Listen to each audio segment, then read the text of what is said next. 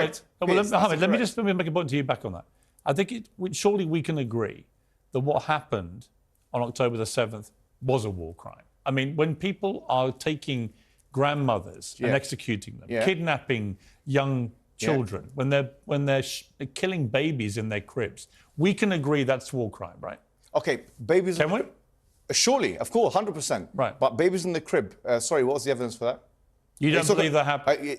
Sorry, CNN, the White House, Sky News, which you work for, all say... I don't work for Sky News. Well, your thing... I did work at CNN. I saw one reporter who retracted it because she wasn't sure about the source. It's unconfirmed by the White House. But then the Daily Telegraph and the Jerusalem Post and other sources then did publish pictures CNN, which indisputably show babies have been killed. No, it showed one baby who's been charred, and that picture has been put up on Twitter and has been refuted by many people saying that it's actually AI. That's completely untrue. That is true. What's your source? Mohammed, what's your source? There's been a thorough investigation into the claim that was put up there by some rogue person on Twitter that it was AI. It has been completely disproven. Okay, let me ask you a question. That picture, which was published on the Telegraph, is a genuine, legitimate picture. What is your source? Are you seriously arguing that babies weren't killed? No, I didn't say that. Well, what are you saying? I'm saying, give me a source. Yeah. You know full well you've been fired from the Daily Mirror for fake images. So you know full well about the I didn't accept they were faked. Exactly. The UK government did. Yeah, they did.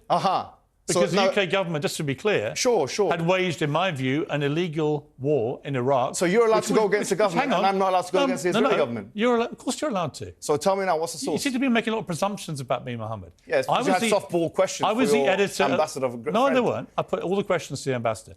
I was the editor of the Daily Mirror when we opposed the Iraq war on the grounds that I believed it was an illegal war. I still believe that to this day. I think it stained this country. Fantastic. I don't think you even knew that.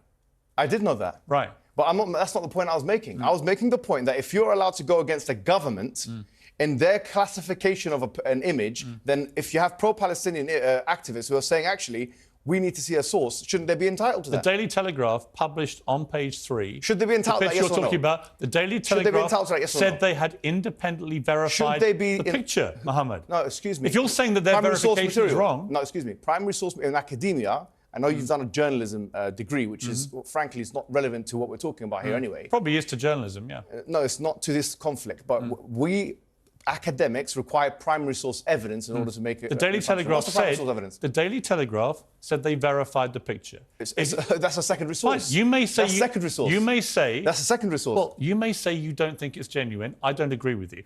But the wider point. That was my point. I said I want a source. I just want to see the evidence. What we're arguing about here. You're not contesting that babies were killed. No, I'm saying I want to see the evidence. So why are you picking on the semantics of the veracity of one picture, which has been verified by British journalists? Why are you picking on that? British journalists are some not an example authority. that somehow this wasn't as bad as it seems. British journalists are not an academic authority. You know that full well. You've been fired from Daily Mirror for that very purpose. What I'm saying to you is this: putting this issue to the side, I think you're trying to use it as a red herring to move away from the bigger issue.